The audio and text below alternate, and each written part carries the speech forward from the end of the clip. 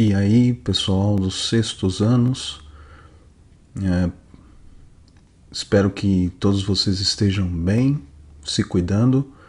Há um longo tempo aí que não nos vemos devido à pandemia da Covid-19. Primeiramente, eu gostaria de parabenizar todos os alunos que me mandaram as atividades. Foram, até o momento, 2 atividades. A primeira sobre biomas, na qual vocês deviam ter respondido um questionário e mandado um resumo do que são biomas. O segundo texto, eu não me lembro agora, mas teve aí uma segunda atividade também. E alguns alunos estão mandando em tempos diferentes, né? Assim, alguns mandaram mais adiantados, outros mandaram atrasados, mas o importante é que vocês mandem, ok? Aqueles que não mandaram ainda atividade nenhuma, nem a primeira nem a segunda, ainda está em tempo de vocês mandarem, para que assim possa ser composta aí a nota do bimestre, ok? Tanto do primeiro bimestre quanto do segundo bimestre. Então se atentem a isso, ok? Não deixem acumular. As 2 primeiras atividades que eu pedi, elas não são muita coisa, são coisas simples a ser feita, uma pesquisa simples. E no caso da primeira, algumas questões aí para vocês responderem. Eu parabenizo os alunos que mandaram, eu estou ciente de todas as dificuldades. Todos nós estamos nos reinventando nesse momento, nesse período de pandemia, de isolamento social, um momento em que a escola está fechada e precisamos utilizar as ferramentas digitais, precisamos utilizar a tecnologia para que possamos, da melhor forma possível, manter aí a formação de vocês, o processo de ensino-aprendizagem, ok? Pensando nas 2 primeiras atividades que eu mandei para vocês, essa terceira eu pensei em fazer de uma forma mais interativa, buscando uma maior interação com vocês. Então, pensei em dar essa introdução aqui do assunto. Eu sei que essa aula sobre o assunto de hoje são células. Eu sei que essa aula ela foi abordada no Centro de Mídias, que eu acredito que todos vocês aí estão acessando. Todos vocês não, porque eu estou ciente de que muitos alunos não têm acesso à internet ou não têm um serviço de dados de internet, né, que corresponda à quantidade de dados, né, uma velocidade que permita ao aluno assistir às aulas online, ou outros nem sequer têm acesso à internet. Ou muitas vezes o aparelho na sua casa, você não tem disponibilidade de aparelhos, né? Um laptop para cada pessoa que mora naquele lar, naquela casa, e isso acaba se tornando um problema. Muitos alunos talvez estejam usando o aparelho celular do próprio pai, da própria mãe, para conseguir de alguma forma acompanhar. Estou ciente dessas dificuldades e vou levar isso em conta, vou avaliá-los dentro desse contexto, de um contexto de urgência, de um contexto de algo fora do comum, tá? Então não vou prejudicar aluno nenhum, vou ser o mais justo possível dentro da situação que nós estamos enfrentando, dentro desse contexto que nós estamos inseridos, ok? Então, fica mais uma vez esse apelo que vocês façam, aqueles que não fizeram, façam as atividades aí, a primeira e a segunda, e a terceira, que é essa aula aqui sobre células. Alguns alunos podem ter assistido essa aula no Centro de Mídias, porém eu optei por dar uma reforçada aqui, porque muitos alunos não acompanham o Centro de Mídias por vários motivos, e talvez estejam mais conectados, mais antenados com o blog da escola, que é a ferramenta que nós temos usado para passar as atividades e manter um contato com vocês, né? Esse contato à distância, o blog ele tem sido um recurso muito válido, né? Então às vezes é mais fácil chegar até vocês através do blog do que o próprio centro de mídias. Então eu vou dar a introdução aqui às células e as atividades aí as terceiras atividades aí a serem enviadas, elas vão ser em cima desse tema, ok? Então o objetivo aqui é buscar aí uma maior interação com vocês. Então essa aula ela vai ser postada no blog da escola, assim como todas as outras demais atividades, com o link desse vídeo. Então vocês passem isso para os seus colegas de sala, aqueles que vocês têm contato, passe por WhatsApp ou por Facebook, tente disseminar, tente espalhar essa aula o máximo possível os alunos do sexto ano A, sexto ano B, sexto ano C, ok? Então vamos para a nossa aula propriamente dita. Aqui está biologia, mas entendam ciências, né? Porque, como eu disse para vocês em sala de aula, lá no primeiro bimestre, quando vocês forem para o ensino médio, a matéria de ciências ela será dividida em 3 disciplinas: biologia, química e física, né? Então, na biologia, vocês vão ver esse estudo sobre células de uma forma mais aprofundada, mais detalhada. Aqui no ensino fundamental é só uma introdução a esse assunto, ok? Então vamos lá. Lá no primeiro bimestre nós estivemos estudando, e vocês chegaram até a fazer prova a respeito disso daí. Nós estivemos estudando a respeito de seres vivos. Tentamos conceituar aquilo que nós chamamos de elementos vivos e não vivos da natureza. Eu creio que alguns de vocês vão se recordar. Quais são os elementos vivos na natureza? São todos os organismos vivos, né? Aquilo que nós temos por organismos vivos, os diversos, a grande biodiversidade que nós temos no nosso planeta, eles entram nessa categoria de elementos vivos. Os elementos não vivos são aqueles elementos que os seres vivos necessitam para viver. Água, luz solar, solo, nutrientes, todos esses elementos não vivos ou elementos abióticos da natureza, eles são necessários para a sobrevivência de todos os organismos vivos que nós conhecemos no nosso planeta, inclusive nós. Ok? Mas o que seria estar vivo? Alguns vão pensar em algumas características, né? E essas características nós chegamos a discutir em sala de aula também. Talvez alguns vão lembrar: se locomover, se reproduzir, respirar, comer, sejam características que demarcam o que é estar vivo, o que é ser vivo. Lógico, seres vivos eles fazem realmente essas atividades, mas mesmo pensando por esse parâmetro é algo muito pobre ainda para eu definir o que é vida, ok?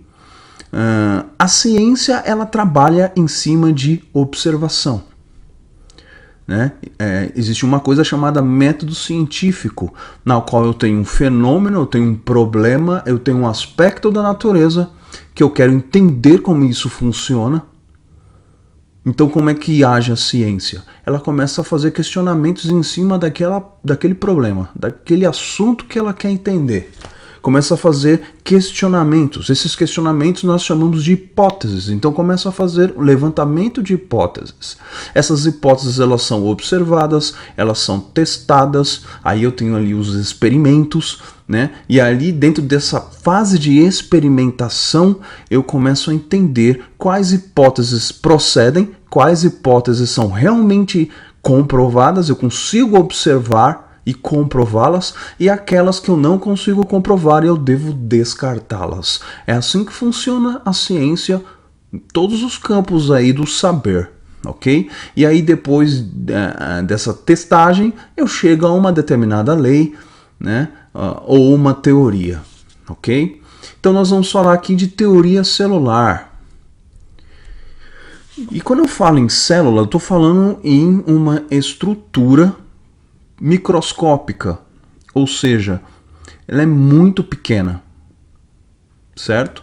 Muito pequena, que é um tamanho tão pequeno que o nosso olho não tem a resolução necessária, o olho humano ele não tem a resolução necessária para enxergar essa estrutura. Ninguém consegue enxergar uma célula, né? Então como é que, se é uma coisa que eu não consigo enxergar, que eu não consigo observar, como é que se chegou ao conhecimento dessa estrutura, né? Um cientista lá no século XVII, chamado Roque, ele criou o primeiro microscópio. O que é um microscópio? Hoje, deixa eu ver aqui uma imagem. Hoje ele tem essa cara aqui, né? Um microscópio moderno. Então é um aparelho composto por várias lentes. Essas lentes unidas, né? Eu ajusto essas lentes para dar o foco necessário para que eu possa enxergar estruturas diminutas, estruturas muito pequenas que sem auxílio de um equipamento desse eu não conseguiria enxergar. Ok? Isso é um microscópio. Então vamos voltar lá. Porém, olha só que diferença. Esse é um microscópio bem rudimentar, bem antigo. Lembrando que eu estou falando aqui em século XVII, né? Então esse camarada aqui, um cientista, de uma forma bem rudimentar, utilizando o que ele tinha na época, criou esse primeiro microscópio, na qual ele colocou ali para observar um material chamado cortiça. O que é a cortiça? Cortiça é um material de origem vegetal, ok? Vem de planta, professor? Isso. Vem de planta, origem vegetal, ok? Então, qual é o exemplo mais próximo de cortiça que eu poderia falar para vocês, assim, para exemplificar? Por exemplo, garrafa de vinho. Todo mundo sabe o que é uma garrafa de vinho, todo mundo já viu o que é uma garrafa de vinho, ok? As garrafas de vinho, geralmente, elas vêm tampadas com uma rolha que serve como tampa, né? Garrafa de vinho lá tem a rolha. Geralmente a pessoa usa ali um instrumento para furar a rolha, tirar aquela rolha e poder consumir aquele vinho, beber aquele vinho. Aquela rolha, ela é feita de cortiça, ok? E a cortiça é um material vegetal, veio de uma planta.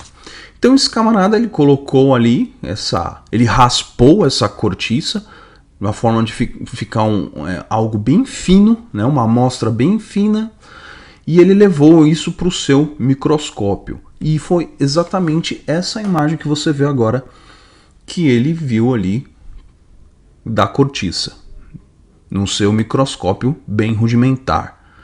Nossa, professor, o que é isso? Né? Parece um monte de quadradinhos, né? Parece uma colmeia de abelhas, assim, um monte de quadradinhos, um do lado do outro, um em cima do outro. Pois é, esses quadradinhos foi o que ele chamou de célula, ok? Mais para frente nós vamos ver que essa célula, se foi tirado de uma cortiça, essa amostra, né? Se ele está vendo uma raspagem de uma cortiça e levou no microscópio, está vendo essas estruturas diminutas tirado de um material vegetal, logo, né? É lógico eu supor que essa célula é uma célula de origem vegetal, ok? Então cada quadradinho desse corresponde a uma célula. Nós vamos chegar lá, né? E dos animais, né? Célula animal, sem ser de um vegetal. Nós, seres humanos, nós somos animais, né? Fazemos parte do grande grupo dos animais. Como é que nós poderíamos ver uma estrutura tão pequena como uma célula tirada de nós? Então vamos aqui simular com essas imagens aqui, que eu trouxe para vocês de uma forma bem didática. Vamos simular um experimento para que pudéssemos observar em microscópio uma célula humana, ok? Uma célula animal. Então imagine que eu pegasse um cotonete, como está mostrado aí, exemplificado aí na imagem, e com esse cotonete eu fizesse uma raspagem do lado interno, lado de dentro da sua bochecha. Rasparia esse cotonete aí do lado de dentro da sua bochecha. Pegaria essa peça que você está vendo retangular aí na imagem e faria um esfregaço. O que significa isso, fazer um esfregaço? Eu pegaria o cotonete e esfregaria nessa pecinha de acrílico retangular que você está vendo aí na imagem. Só isso basta para eu enxergar a célula? Não. Eu pegaria um corante, e o nome já diz, o corante ele tem qual objetivo? De corar, de dar cor, de destacar aquilo que eu quero enxergar. O corante que nós geralmente usamos, né, em laboratório para destacar células, tem vários tipos de corante, mas no exemplo aqui é o tal do azul de metileno. Então o nome dele já diz, azul de metileno. O azul, então tudo que vai ser destacado aí, onde está sendo pingado esse corante, na hora que eu levar no microscópio para observar, ficará destacado em azul, ok? Vai ficar tudo destacado em azul. Então eu levo essa peça aqui, que eu coloquei, esfreguei nessa peça retangular, o nome dessa peça retangular é lâmina, ok? Esfrego o cotonete ali no centro da lâmina, jogo algumas gotas do meu corante para destacar aquilo que eu quero observar, o azul de metileno aqui no caso, levo isso para um microscópio óptico, que é esse aparelho que está aparecendo aí na imagem. E é isso daqui que você vai enxergar quando você colocar o olho ali na lente do microscópio. Ok? Então, da sua bochecha, daquele esfregaço, aquela ação de esfregar o cotonete na sua bochecha, na parte interna, destacou-se essas estruturas aí da parte interna da sua bochecha, que está sendo destacado pelo corante chamado azul de metileno. Então, parece um ovo frito, né? Essas estruturas, cada uma individualmente, nós damos o nome de célula. Você está vendo ali uma coisinha, uma circunferência, né? Parece uma rodinha ali, bem escura em relação ao resto.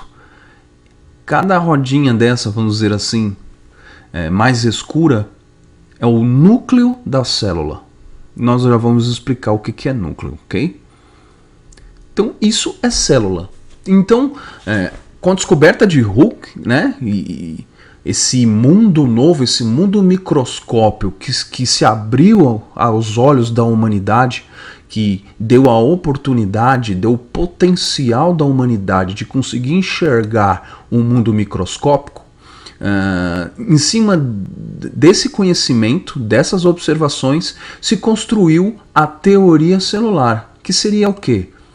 Todos os organismos vivos são constituídos por células. Então aqui eu tenho uma imagem de vários exemplos aí de seres vivos, aves, vertebrados, invertebrados, répteis, né, mamíferos, vários exemplos aí, alguns exemplos da grande biodiversidade que nós temos no nosso planeta. E convencionou-se então a dizer que todos os seres vivos eles são feitos por células.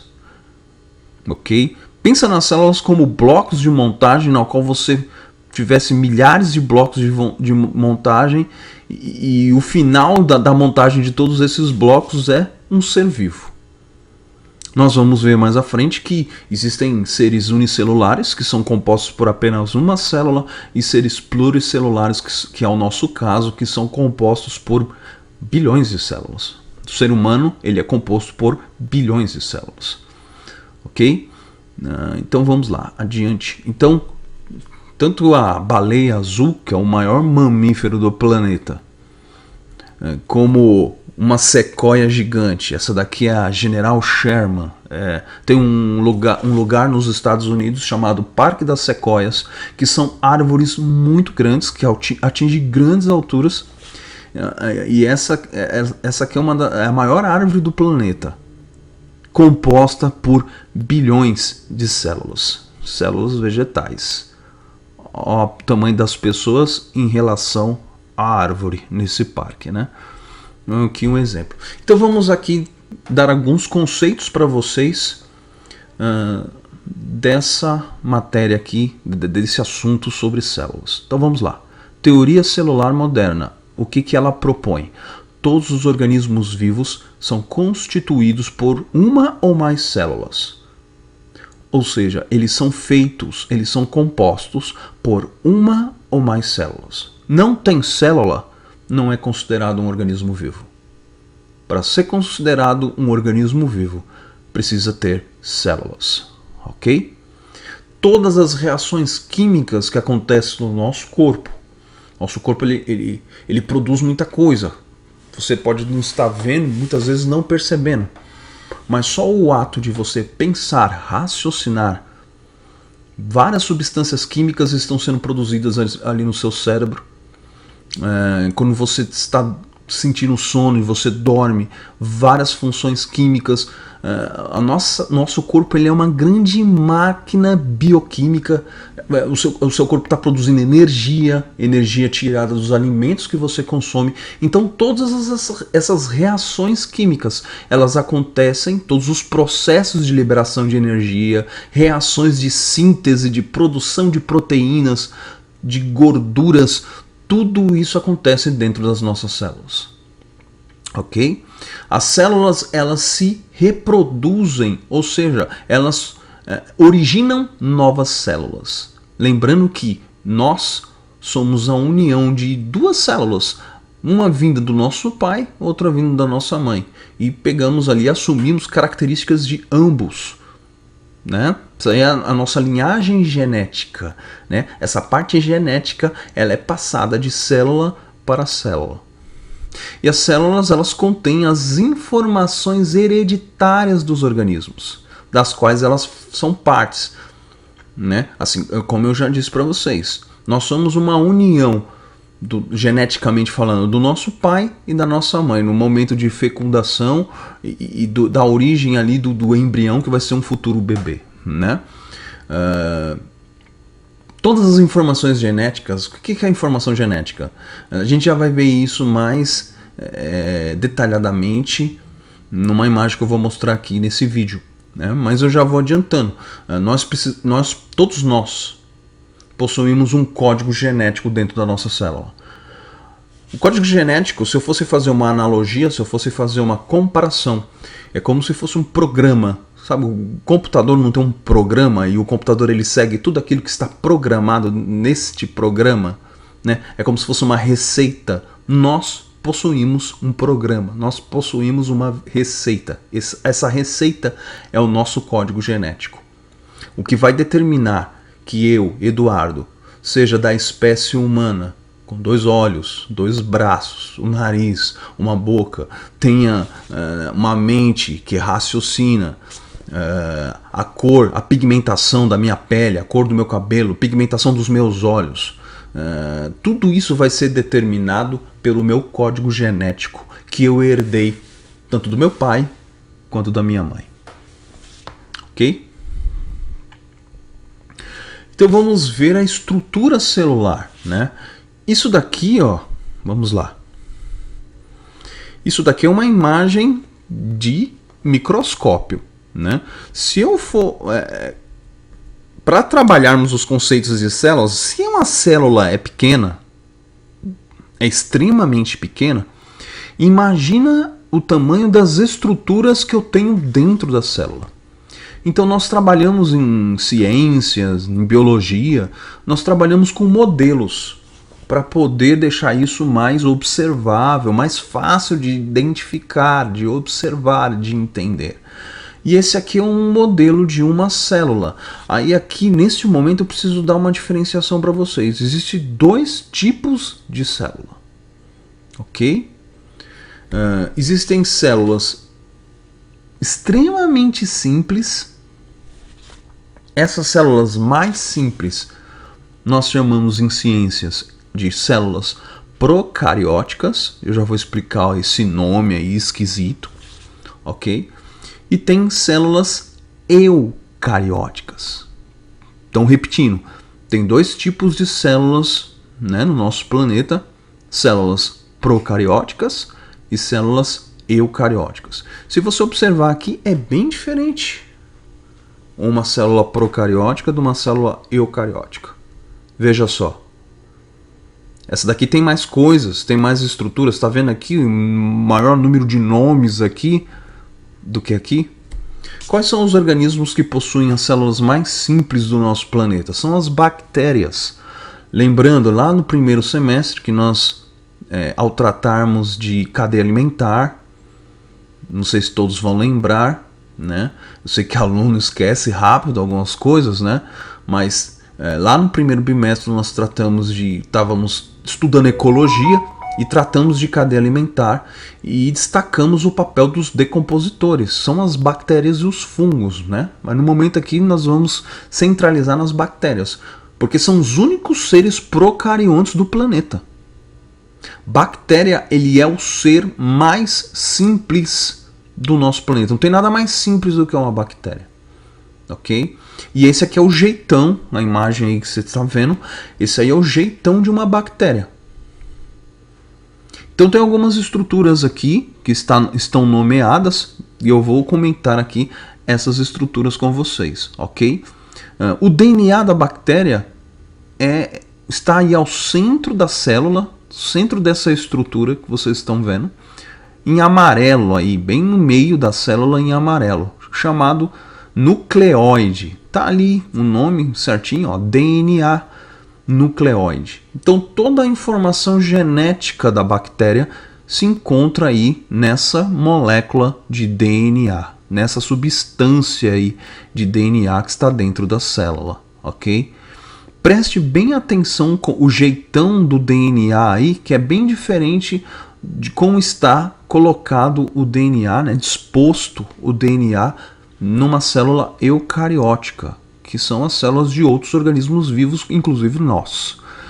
O jeito que está aqui nessa imagem é somente de bactéria, DNA bacteriano, ok? Então vocês notem aí que é uma célula bem simples, a célula da bactéria. Ela tem um DNA aí esparramado aí no meio, né, da parte interior da célula, né, a parte interna da célula. Você tem ali aquele rabinho, vocês estão vendo? Parece um chicotinho, é o flagelo. Esse flagelo ele é uma estrutura microscópica muito pequena e ele serve como um instrumento de locomoção. Ele vibra e através da sua vibração ele faz com que a célula se desloque, se locomova, ok? Essa célula, todas as células, né, a gente vai ver, não só as células procariontes, elas são envolvidas por uma membrana na parte mais externa. Essa membrana se chama membrana plasmática. É uma estrutura extremamente pequena, fina, né, delgada, e ela vai fazer a separação do meio interno e do meio externo da célula. Não só da célula bacteriana, mas da célula de qualquer ser vivo. Nós vamos ver isso daí com mais detalhe na célula eucariótica, ok?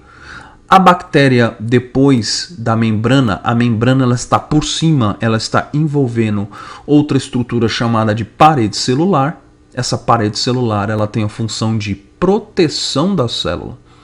E vocês estão vendo esse monte de círculozinho, de pontinho pintado em azul na imagem? Essas estruturas circulares em azul são os ribossomos.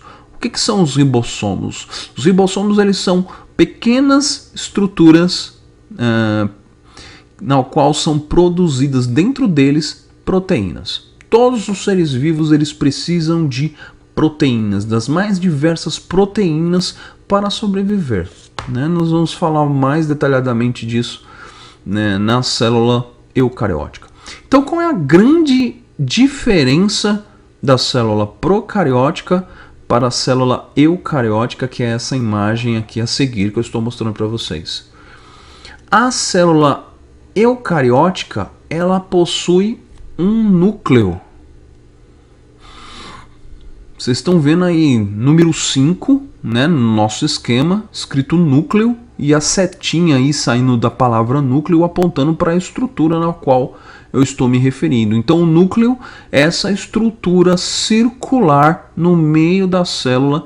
Dentro dessa estrutura é guardado o nosso material genético, é guardado o nosso DNA.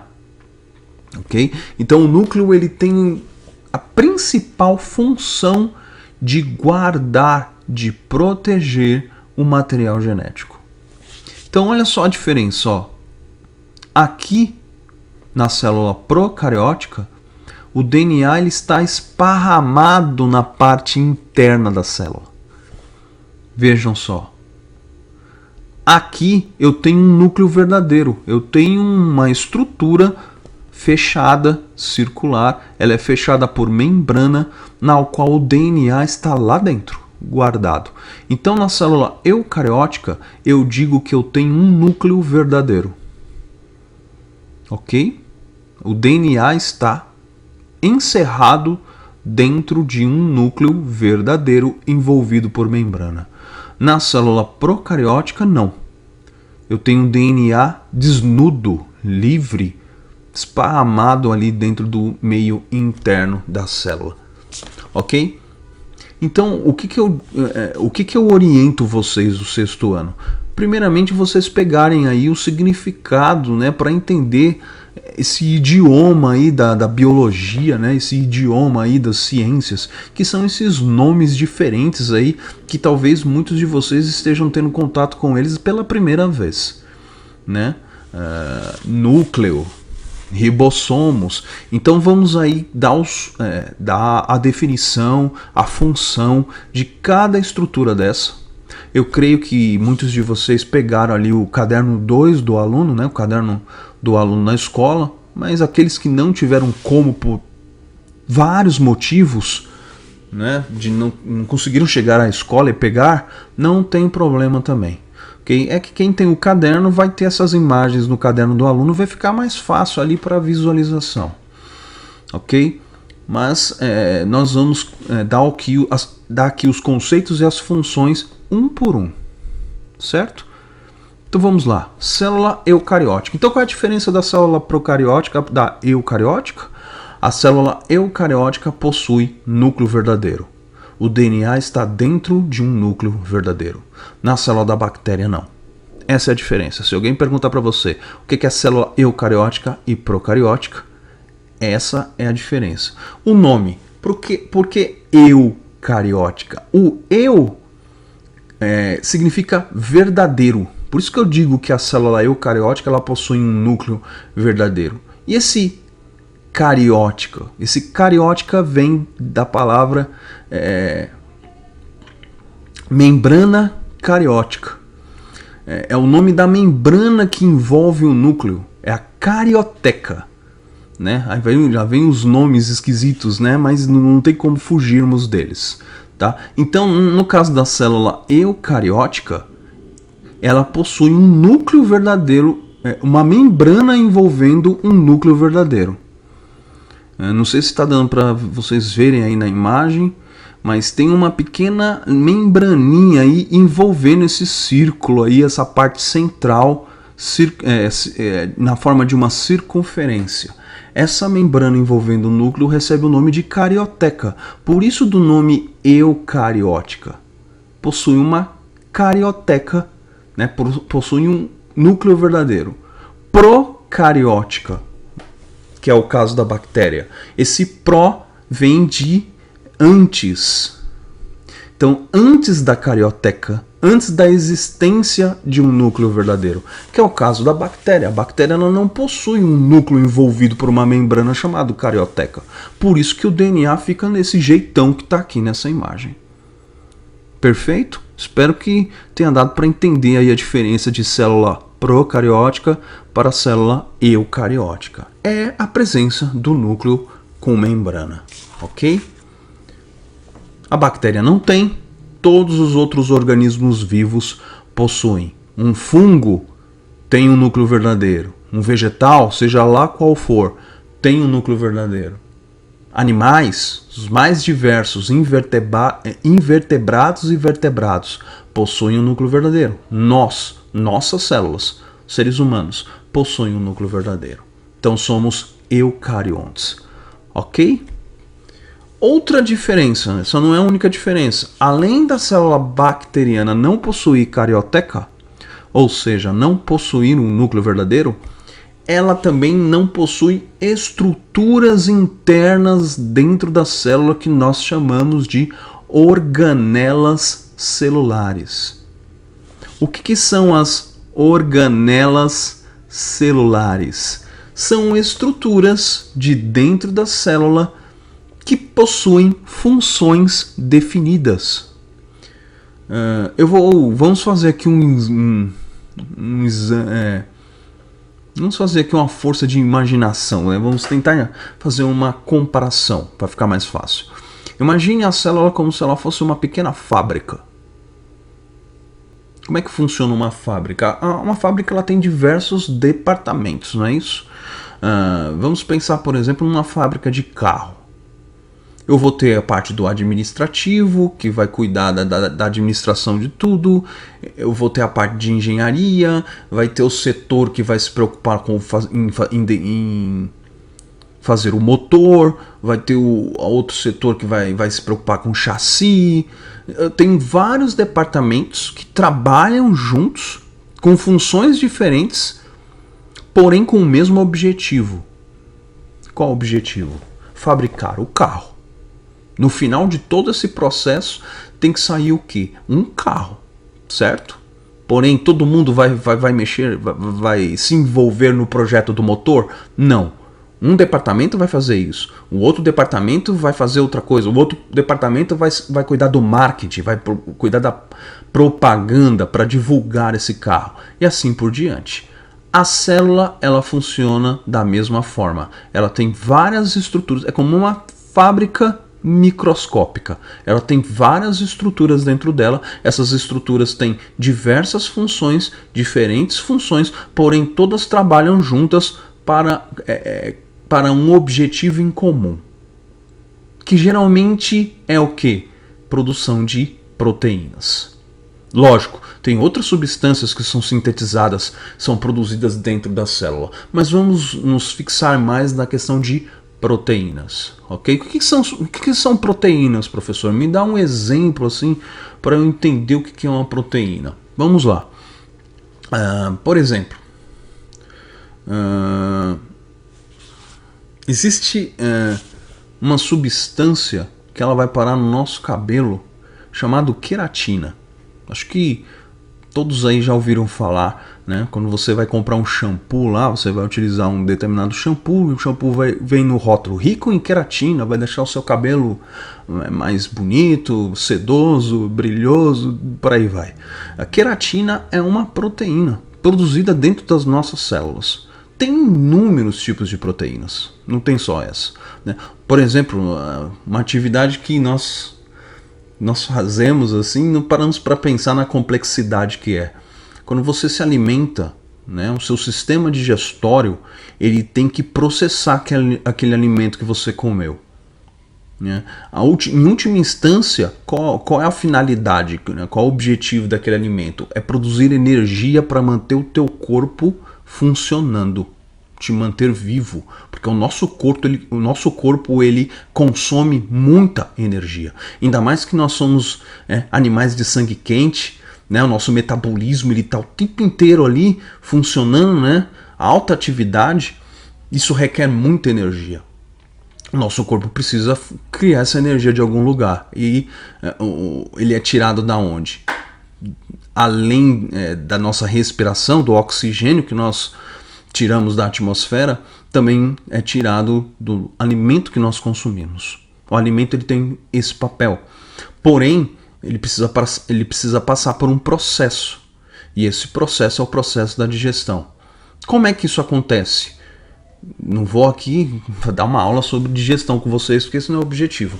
Mas o que eu quero que vocês entendam é: várias proteínas, várias substâncias, elas são produzidas para auxiliar o nosso estômago, o nosso intestino, na absorção dos nutrientes necessários que nós tiramos dos alimentos que nós consumimos. Esse é um outro exemplo. Tem vários tipos de proteína. Proteína é uma substância importantíssima para o nosso corpo, é importantíssimo nas nossas células, ok? E as nossas células, elas produzem proteínas. Nós vamos ver mais ou menos aí esse processo aí, ok? Então vamos aqui esquematizar aqui, dar aqui o nome aos bois, vamos dizer assim, né? Vamos dar as funções. Então eu vou indo da parte mais interna da célula, que é o núcleo, até chegar na parte de fora da célula, ok? Porque eu comecei aqui com o núcleo, então vou reprisar o que eu falei. O núcleo é uma estrutura de proteção. Vamos nas funções do núcleo. Ele tem a função de proteção do material hereditário, do DNA, do nosso material genético. E, além disso, ele é o centro de comando da célula. Se o DNA está lá dentro e o DNA é a nossa receita, é ele que vai determinar tudo. Quais são as proteínas que serão produzidas, quando serão produzidas, como serão produzidas, quando serão exportadas para o local do corpo onde elas vão ser usadas. Quem determina tudo isso daí é o nosso material genético, é o nosso DNA. Então o núcleo ele tem duas funções principais: proteção do material genético e o centro de comando da célula. Todas as informações necessárias saem do núcleo, pois ele guarda o DNA. Ok? Então vamos lá. Depois do núcleo, você tem aí os retículo endoplasmático, está marcado aí na imagem com o número 1. Ok? Então você vê assim uma estrutura perto do núcleo, até se grudado ali pertinho do núcleo, tá? São vesículas, né? São como se fossem sacos ali perto do núcleo. E dentro dessa estrutura do retículo endoplasmático, eu tenho os ribossomos. Lembra dos ribossomos ali da bactéria que fica ali jogados dentro da célula? A bactéria ela não possui retículo endoplasmático. Lembram-se que a bactéria ela não possui organelas. Ela é extremamente simples. É uma célula extremamente simples. Os ribossomos eles estão dentro do retículo endoplasmático. Então qual é a função? Se dentro dos ribossomos eu tenho produção de proteínas, onde são montadas, fabricadas as proteínas, o retículo endoplasmático que abriga os ribossomos, ele vai ter a mesma função, produção de proteínas. Ok? Porém, aqui eu preciso abrir um parênteses aqui e uma diferenciação. Tem dois tipos de retículo endoplasmático. O segundo tipo ele não está esquematizado, desenhado aqui nesse esquema. O retículo endoplasmático, onde eu tenho produção de proteínas, se você puder marcar isso num caderno para você poder estudar depois e reler, é bom, ok? Porque são muitos nomes, são muitos conceitos, então aquilo que você tem mais dificuldade, que você está com dificuldade de fixar na sua cabeça, volte o vídeo, anote no seu caderno, procure na internet outras explicações, para que fique claro para você, ok? Existem dois tipos de retículo endoplasmático na célula eucarionte. O retículo endoplasmático rugoso e o retículo endoplasmático liso. Qual é a diferença de um do outro? Só os nomes? Não. Suas funções. No retículo endoplasmático rugoso eu tenho produção de proteínas.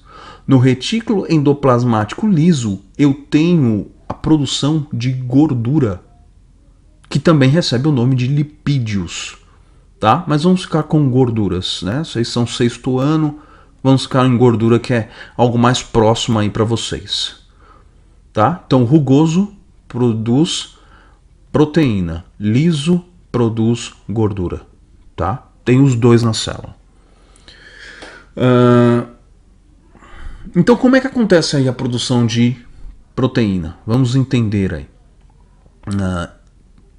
Lá no núcleo, nosso material genético, é mandado lá dentro dele uma informação, um comando.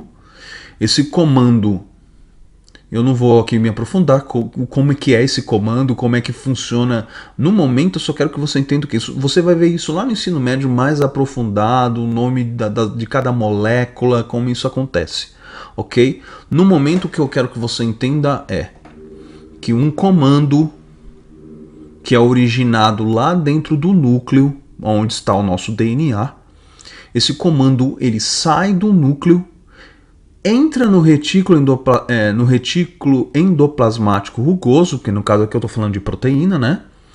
E entra nos ribossomos e ordena os ribossomos a fabricar, a produzir proteínas. Até aqui, beleza? Uma informação no núcleo, um comando no núcleo, sai do núcleo, se origina no núcleo, sai do núcleo, chega no retículo endoplasmático, entra no ribossomos, começa a produzir proteínas. Ok? Depois disso, o que acontece? A proteína está pronta? Ela está preparada? Não. Depois que o retículo endoplasmático ele começa a produzir a proteína, essa proteína inacabada, né? Ou seja, ela não está finalizada ainda, ela não está terminada ainda, ela vai para uma outra estrutura que também não está nessa imagem, mas vai estar aqui em outra. Deixa eu ver aqui uma mais fácil, vamos usar essa daqui. Aqui eu tenho uma imagem, só que aqui a célula está bidimensional, né? Chapada aqui, como eu desenharia ela na lousa. Aqui eu tenho uma imagem mais tridimensional da célula. A célula não é uma coisa chapada, não é uma coisa bidimensional, né? A célula é uma coisa tridimensional. Então essa imagem aqui é mais fiel o que seria uma célula. Então eu tenho um núcleo ali, ó, tá vendo? É como se eu tivesse feito um corte ali, né? Mostrando o núcleo. Eu tenho ali o retículo endoplasmático ali próximo do núcleo. Ok? Então aquela proteína que não foi finalizada ainda, que não foi terminada ainda, ela vai ser terminada em outra seção, em outra estrutura da célula, que é o complexo de Golgi. Estou vendo que aqui também nessa imagem não está sendo mostrado o complexo de Golgi. Deixa eu ver aqui onde encontro.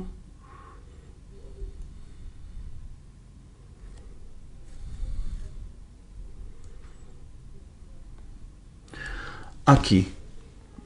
Você está vendo ali uma estrutura, assim, parece sacos um em cima do outro ali em amarelo, escrito aparato de Golgi. Então o complexo de Golgi ele pode ter, tem essa também. O nome pode variar conforme a literatura que você usa. Alguns autores eles vão chamar de aparato de Golgi, alguns livros didáticos vão vir como aparato de Golgi. O certo mesmo é complexo de Golgi. Mas se você escrever em um trabalho para mim, no 6º ano, aparato de Golgi, eu aceito também. Porque vem esse nome também em livros didáticos mais antigos e tal. Tá? Essa estrutura ela vai receber aquela proteína inacabada, que não foi finalizada do retículo endoplasmático, e ela vai terminar a fabricação dessa proteína. Ela vai dar ali os detalhes finais daquela proteína, o que ela precisa receber para que ela possa ser exportada para fora da célula. Okay? Então note que é uma fábrica, funciona como uma fábrica onde cada um faz a sua parte. Okay? O núcleo manda a informação, o núcleo é o chefe, o núcleo manda. Faça o exemplo que eu usei para vocês, queratina. Sintetize, fabrique queratina. Ele manda essa informação lá para o retículo endoplasmático. Aí os ribossomos começam a sintetizar ali a queratina. Ela está pronta? Não, ainda não. Ela não está preparada ainda. Então vai para uma outra estrutura chamada complexo de Golgi ou aparato de Golgi, na qual ela vai ser finalizada, ela vai ser terminada. Terminou ali, finalizou, né? Vão se criar vesículas, né, que são estruturazinhas na qual vão transportar essa proteína e ela vai ser exportada para fora da célula. E aí vai parar na parte do corpo onde ela é necessária. No caso da queratina, no nosso cabelo, ok? Quem é que faz a mediação do que entra e do que sai da célula? No caso aqui, nós temos a nossa proteína finalizada, saindo ali do complexo de Golgi, vai passar por toda a parte interna da célula até chegar ali na membrana citoplasmática, ali marcada com o número 7, ou membrana plasmática. Tá? O melhor mesmo se você chamar é membrana plasmática, é um nome mais convencional no qual chama essa estrutura. Então a membrana, como eu falei para vocês, ela é uma estrutura delgada que limita a célula, ela dá forma à célula, essa parte mais externa que separa a parte interna da parte externa aonde está a célula. Tá? Então pense na membrana plasmática como se fosse um porteiro. É ele que vai determinar o que entra e o que sai da célula. Okay? Então, todas as proteínas que são produzidas dentro da célula, é a membrana plasmática que vai autorizar, que vai mediar a sua saída para fora da célula. Ok? As diversas proteínas, as centenas de proteínas são produzidas no nosso corpo. E tem coisas também que entram dentro da nossa célula. Nossa célula precisa receber, por exemplo, água. Nosso corpo ele é constituído por mais de 70% de água e as células também são constituídas por mais de 70% de água. Quem é que vai permitir a entrada dessa substância dentro da célula? A membrana plasmática. Nós precisamos receber açúcares também para dentro da célula, como por exemplo a glicose. Glicose ele é um açúcar retirado dos alimentos que nós consumimos. Tudo em última instância se transforma em glicose e vai parar dentro das nossas células.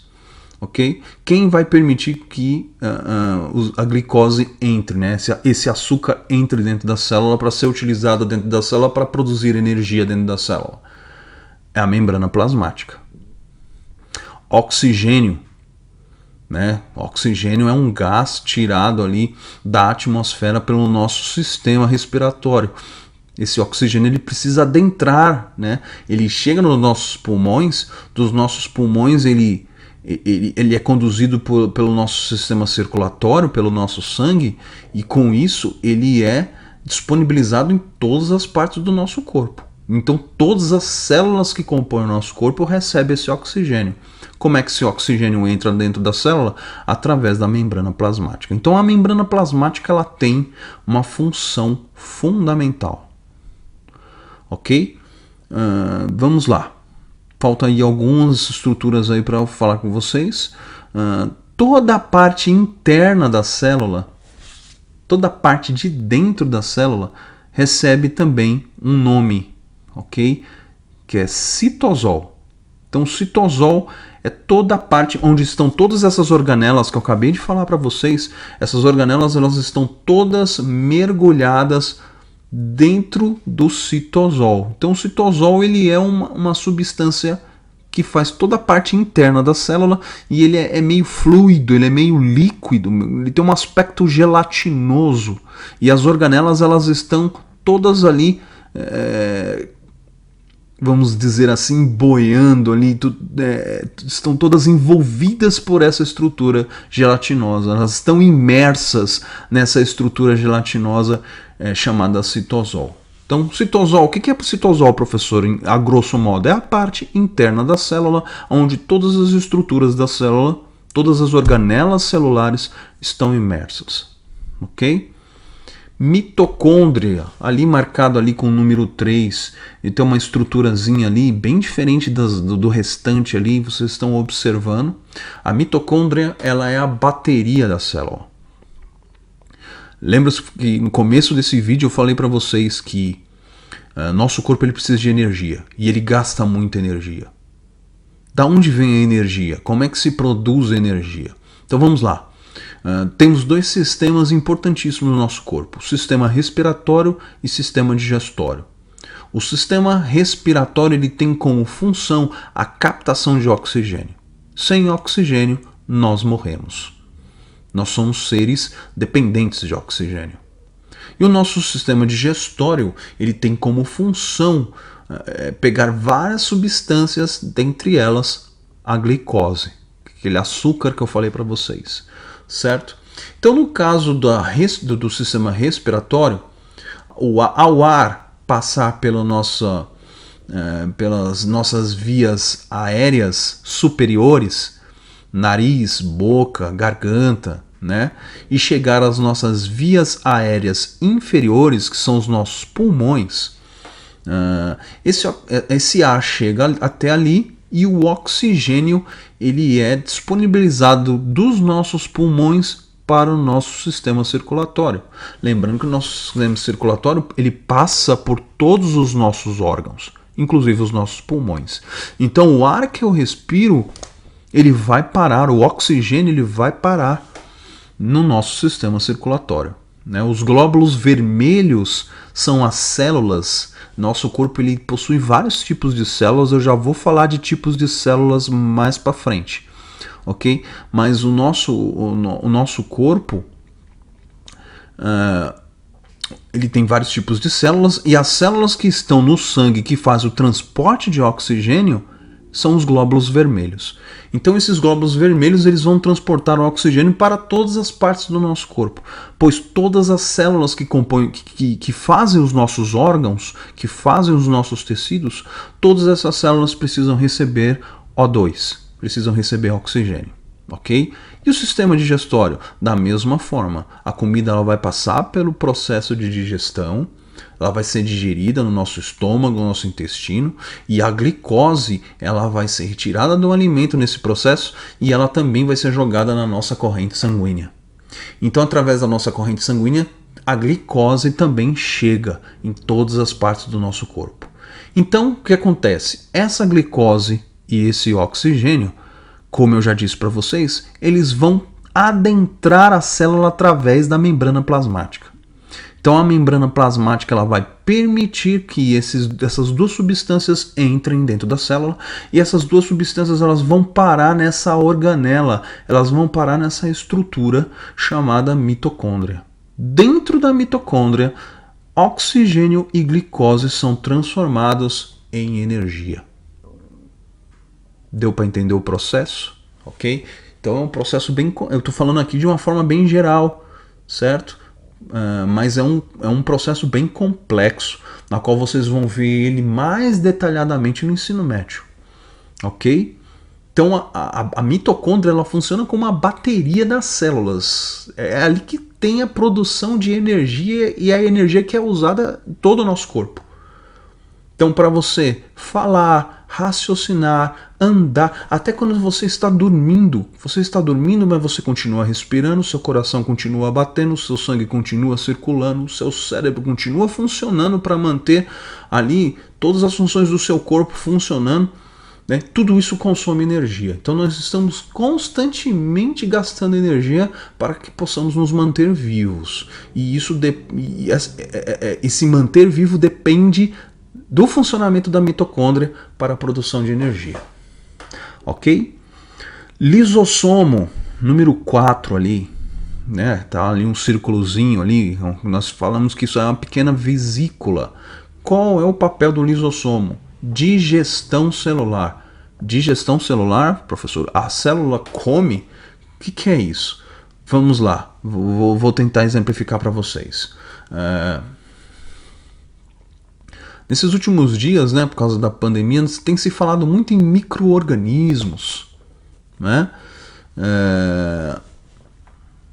O papel desses micro-organismos, eles entram dentro das nossas células, eles parasitam nossas células e nos deixam doentes. Esses micro-organismos eles podem ser tanto vírus como bactérias. Eu vou usar um exemplo aqui de infecções que vêm através de bactérias, tá? Como é que uma bactéria ela age dentro do nosso corpo? E como é que o nosso corpo ele se defende disso daí? O nosso sistema de defesa, lembrando novamente para vocês, nós possuímos vários tipos de células. Além dos glóbulos vermelhos, que eu já citei, que tem a função de transporte de oxigênio, nós também temos os glóbulos brancos, né? Os glóbulos brancos, eles são as células de defesa do nosso corpo. Quando entra qualquer invasor no nosso corpo, a bactéria ela é um invasor, né? O nosso sistema imune, o nosso sistema de defesa, ela detecta esse invasor e avisa o nosso corpo, ó, tem algo errado aqui, tem um invasor aqui. E aí uma célula chamada macrófago, que é uma célula de defesa, ela vai ao encontro dessa bactéria e vai engolir essa bactéria num processo que nós chamamos de fagocitose. Então, deixa eu exemplificar aqui para vocês como acontece essa questão aí da fagocitose. Imagine que esse pendrive aqui que está na minha mão é uma bactéria. As bactérias elas são muito menores do que as nossas células, porque é uma célula mais simples, ok? É uma célula mais simples. Então aqui eu tenho a bactéria e a minha mão aqui é um macrófago, ok? Então o nosso sistema imunológico, o nosso sistema de defesa, ele vê esse invasor, detecta esse organismo patógeno, esse organismo invasor que não deveria estar lá, manda os macrófagos atacarem esse invasor. Então o macrófago, esse glóbulo branco, ele se aproxima da bactéria e ele engloba a bactéria, ele engole a bactéria. No seu interior são lançadas substâncias que vão destruir aquela célula bacteriana. É assim que o nosso corpo se protege. É assim que o nosso sistema imunológico, de uma forma bem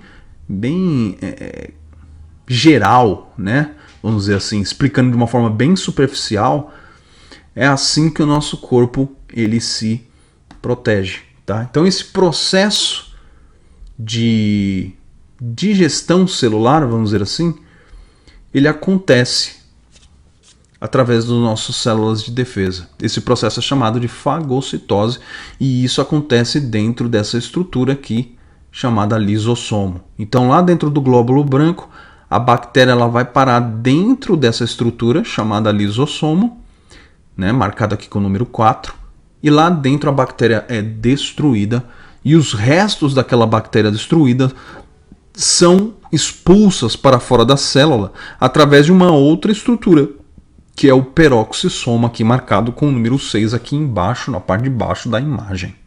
Tá? Então a célula é uma coisa muito complexa, né?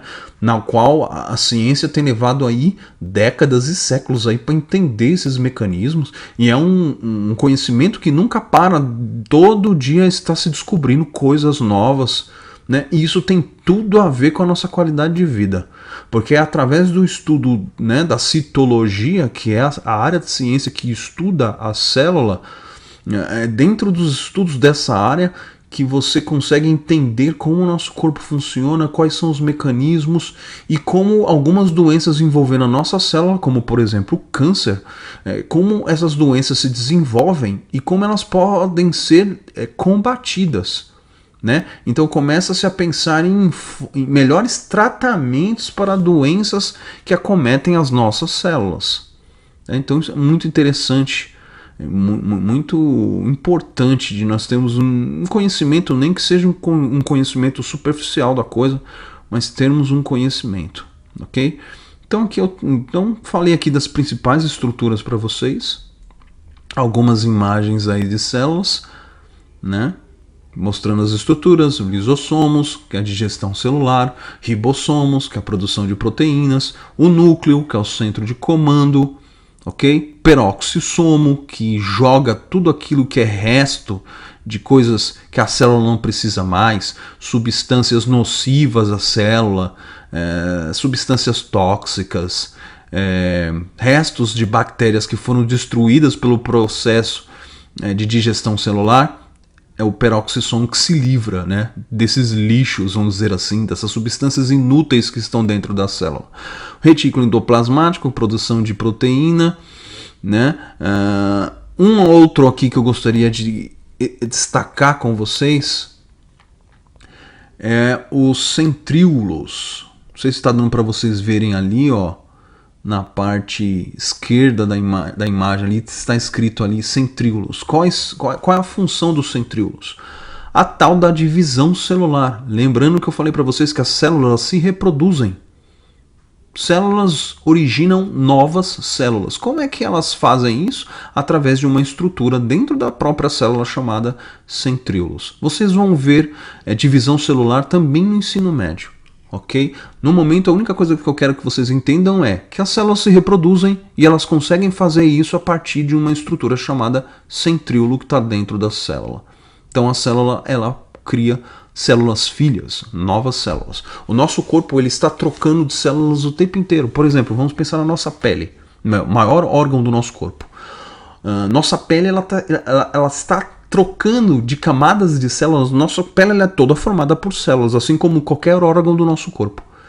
E ela está em constante troca de células. Quando você vai tomar um banho e você vai esfregar ali o corpo, lógico, você não está vendo isso, você não tem lentes de microscópio nos seus olhos, são estruturas muito pequenas.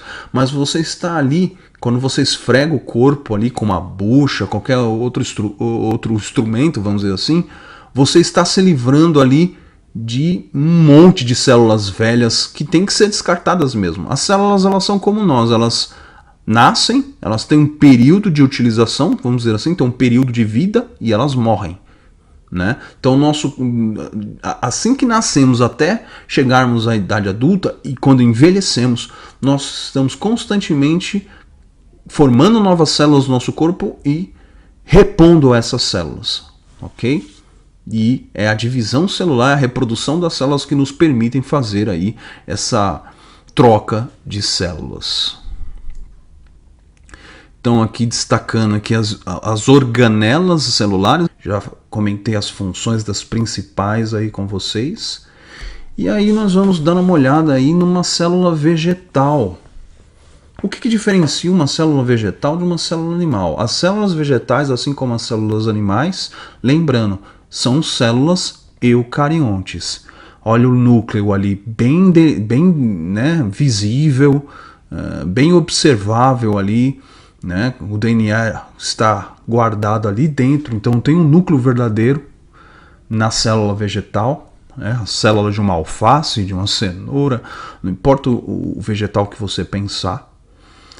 Tem as outras organelas que eu já comentei com vocês, né? Mitocôndria para produzir energia, o Golgi ali para terminar a proteína, o retículo endoplasmático para iniciar a produção da proteína. Então tem todas as outras organelas já mencionadas, porém eu tenho 3 estruturas que distinguem a célula vegetal da célula animal. Okay? Então eu tenho 3 estruturas que são encontradas apenas nas células vegetais. Primeira estrutura, parede celular. A célula vegetal ela possui, envolvendo a membrana plasmática, ela também possui membrana plasmática. Em volta da membrana plasmática da célula vegetal eu tenho uma parede celular e essa parede ela é constituída por uma substância chamada celulose. Acho que você já deve ter ouvido falar dessa estrutura. É uma substância que confere rigidez à célula vegetal, né? Então a parede celular ela tem uma função de proteção da célula vegetal. A celulose confere essa proteção à célula vegetal. Outra estrutura, além da parede celular, que eu só encontro essa parede celular aí, vocês vão lembrar que também é encontrado em bactéria, né? A bactéria ela também possui parede celular. A célula animal não, ela não possui parede celular. Então, a parede celular é uma estrutura que difere a célula vegetal da célula animal, porém a bactéria também possui parede celular. Porém, a parede celular da bactéria ela é uma outra substância, não é feita de celulose. Então, a parede celular de celulose eu só encontro na célula vegetal. Tá? Então, essa é a primeira estrutura que distingue a célula vegetal, que caracteriza a célula vegetal. A segunda estrutura são os cloroplastos. Você está vendo aí na imagem, você tem várias estruturas dentro da célula que estão tingidas aí de verde, estão esverdeadas, né? Essas estruturas esverdeadas recebem o nome, são organelas exclusivas, são organelas celulares exclusivas da célula vegetal. E essa estrutura ela é responsável pelo aquele processo que nós discutimos, que nós estudamos lá no primeiro bimestre também, que é o processo de fotossíntese. O que é o processo de fotossíntese? Só para relembrar, o processo de fotossíntese é aquele processo no qual a planta absorve a luz solar, né? Pelas folhas, pelas suas folhas, e pelas raízes ela capta água, né? Ela absorve água e outros nutrientes, sais minerais, ela também pelas folhas ela capta dióxido de carbono, né? É o tal do gás carbônico. Então, na presença de luz, o gás carbônico, né, captado da atmosfera, e a água faz com que a planta ela faça o processo de fotossíntese, na qual ela consegue produzir o seu próprio alimento, ela consegue produzir a sua própria energia.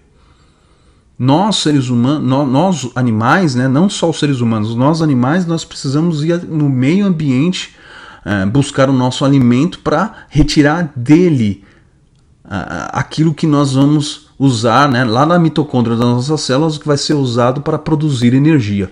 A planta não, a planta ela já faz isso através da fotossíntese. Ela produz a sua energia através da fotossíntese. Né? Então, o cloroplasto ele está envolvido nesse processo. A planta ela é fotossintetizante, ela consegue realizar a fotossíntese devido à presença dos cloroplastos. Então, essa é a segunda estrutura que só tem em célula vegetal. A terceira estrutura está aí bem grande na imagem, é o vacúolo. Essa estrutura, essa vesícula enorme aí dentro da célula, na qual ali eu tenho dissolvido várias substâncias, tá? Vários pigmentos, várias substâncias eu tenho dissolvido aí. Então, se eu perguntar para você, né, numa atividade, quais são as três estruturas que diferenciam a célula vegetal das demais células? Parede celular, de composição formada de celulose, né? Cloroplastos, estruturas responsáveis pelo processo de fotossíntese, e o vacúolo, que é uma estrutura de armazenamento dentro da célula vegetal. Então, para finalizar, já ficou bem longa, né, essa aula, né, para sairmos dos esquemas, tudo isso daqui que eu mostrei para vocês são esquemas na qual nós utilizamos para tentar deixar o mais didático possível, mais fácil possível a observação do aluno das estruturas dentro da célula. Aqui são micrografias não de microscópio óptico, mas de microscópio eletrônico. É um microscópio mais potente, né? É uma tecnologia mais avançada para poder observar essas pequenas estruturas que compõem a célula. Então aqui eu tenho uma micrografia tirada de microscópio eletrônico de célula de bactéria. Então vamos lá. Isso daqui, ó, que é um esquema que eu mostrei para vocês, a célula procariótica simples, sem núcleo verdadeiro, sem organelas celulares, no microscópio eletrônico é isso daqui. Ok? Essa parte central mais clara é o material genético aí da bactéria. E tudo isso daí em escuro são vários, centenas de ribossomos aí, tudo produzindo aí as proteínas que a bactéria precisa aí para sobreviver, se desenvolver. Isso daqui é uma micrografia de célula procarionte, de bactéria. Isso daqui é uma micrografia de célula eucarionte, nossas células, por exemplo. Notem o núcleo aí bem destacado na parte central. E notem aí mais escuro essas vesículas perto do núcleo aí, células. Tudo isso daí são mitocôndrias. São aquelas pequenas baterias que eu falei para vocês das células para a produção de energia. Para finalizar, vamos falar então de organismos unicelulares e pluricelulares. A própria palavra já diz, unicelular é composto por apenas uma célula. Ok? Quais são os organismos compostos por apenas uma célula? Bactérias, por exemplo, são unicelulares, organismos extremamente simples. Mas somente células procariontes são unicelulares? Não. Eu tenho exemplos também de seres eucariontes unicelulares. Por exemplo, aqueles chamados procariontes. Por que procariontes? Não, procariontes não, perdão. Aqueles chamados protozoários, né? Zoário vem de zoológico, né? É a mesma palavra, zoário, zoológico, que lembra o quê? Zoológico é um local onde você tem vários animais. Zoo, essa raiz dessa palavra tem a ver com animais. Proto significa antes ou antigo. Então, protozoários são animais muito antigos e muito simples. É um grupão de seres vivos, de animais, que são compostos por apenas uma célula. São extremamente simples, porém, é uma célula eucarionte. Então, eu tenho aqui o exemplo da euglena, esse animalzinho feito por apenas uma célula, extremamente simples, encontrado na água doce. Tá? Você tem ali o flagelo, aquele chicotinho, né? Isso daí se mexe, vibra e faz com que essa pequena célula ela se desloque, ela se movimente na água. Você tem o núcleo ali, ó, dá para ver em azul ali. E você tem várias estruturas esverdeadas. Por quê? Ela é uma das exceções. Na biologia, nas ciências, tem muita exceção, né? Você já deve lembrar do seu professor falar, lá no Fundo 1 mesmo, quem são os seres fotossintetizantes? São os vegetais.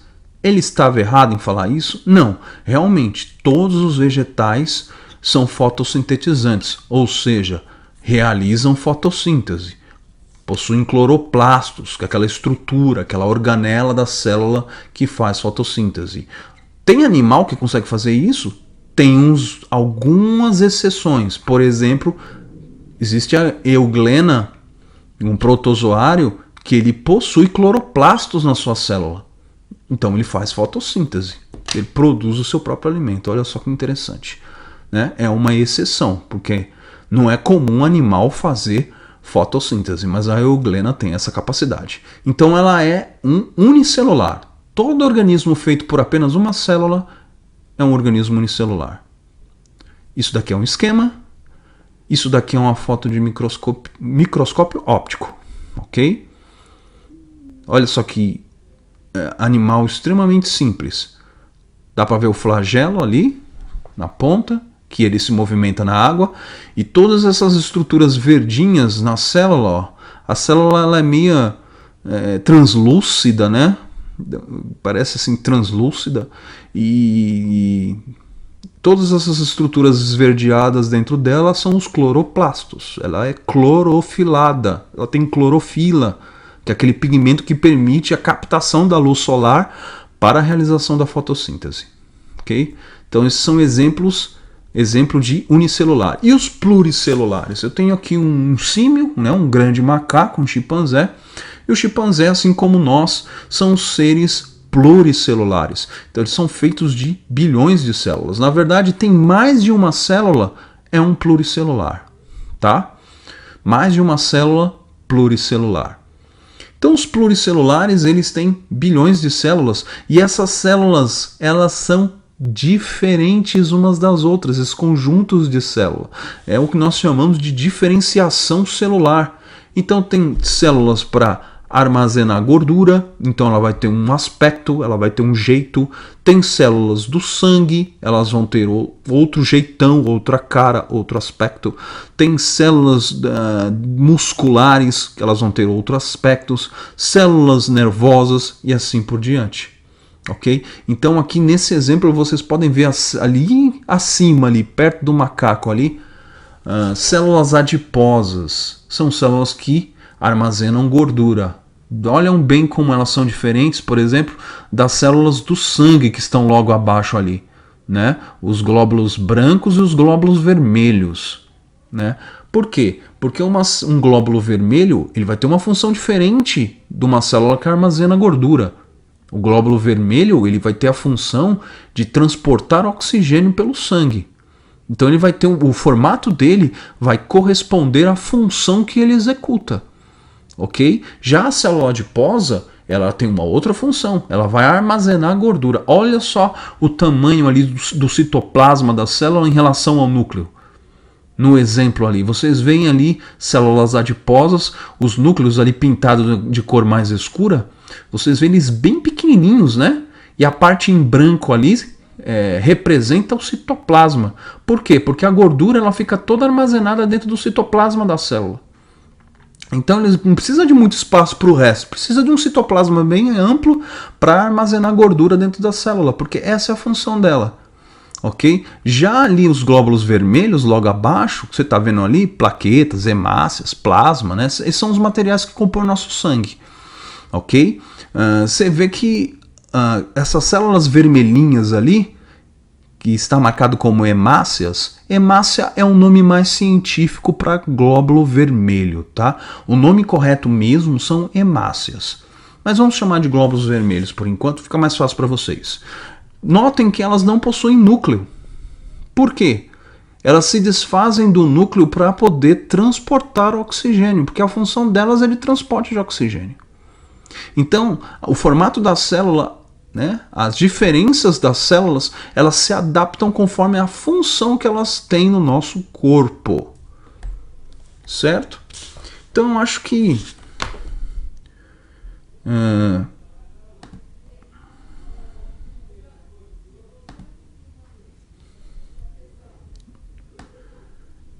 é isso, ficou bem exemplificado aí. Então, quais foram as habilidades que eu trabalhei com vocês aí hoje? Reconhecer, não? Observar e reconhecer ali e entender o que é uma célula. Então, a célula ela é a unidade fundamental da vida. Tudo que acontece, todos os processos bioquímicos do nosso corpo, tudo isso acontece dentro das nossas células. Sem células não há vida, porque todos os processos químicos e biológicos dentro do nosso corpo, a produção das diversas substâncias que tem no nosso corpo, que são importantes para o correto funcionamento do nosso corpo, são produzidos dentro das nossas células. Então a célula é a unidade fundamental da vida. E a teoria celular, ela preconiza, ela diz o seguinte: todo ser vivo é constituído por células. Então o que eu quero que você extraia dessa aula? Você entenda o que é uma célula, qual a sua importância, o que diz a teoria celular compreendida hoje, né? E as principais estruturas que tem dentro da célula e suas funções, ok? E saber diferenciar o que é um ser unicelular e pluricelular, ok? Então use esse vídeo para que você possa fazer ali as atividades que eu vou deixar postadas no blog, ok? Então não só esse vídeo, mas use esse vídeo como orientação e pesquise na internet, busque livro, literatura para que possa te auxiliar a você desenvolver e responder ali os exercícios, as questões que eu vou deixar ali postado no blog. Tá? Eu espero que esse vídeo possa ter somado ao que você viu lá no centro de mídia, ou se caso você não viu nada no centro de mídia, use esse vídeo aqui para te ajudar a entender esse importante assunto dentro de ciências. Por quê? Porque mais para frente, no decorrer nos anos finais do fundamental, o professor vai falar de tecidos, vão falar de órgãos e depois vão chegar nos sistemas, né? Sistema respiratório, sistema endócrino, sistema nervoso, sistema digestório e por aí vai. Como é que você vai entender como esses sistemas funcionam se você não sabe ao menos o que é uma célula, né? Então é fundamental esse conhecimento aí para que você possa dar prosseguimento aí na matéria de ciências e mais para frente também em biologia e química e por aí vai. ok? Então é isso, faça os exercícios, mandem essa terceira atividade, enviem para o meu e-mail, ok? Aqueles que não fizeram ainda as outras, ainda há tempo, enviem no meu e-mail para que possa ser composta aí a nota de vocês, tanto do primeiro quanto do segundo bimestre. Fiquem seguros, ok? Respeitem a quarentena, não é brincadeira o que está acontecendo, o vírus ele é real, tá? O SARS-CoV-2, o vírus que provoca Covid, ele é real. Se proteja e proteja aqueles que você ama e espero nos vermos aí em condições mais favoráveis, em condições seguras, para que possamos retomar aí as aulas presenciais, ok? Um abraço, até mais, valeu!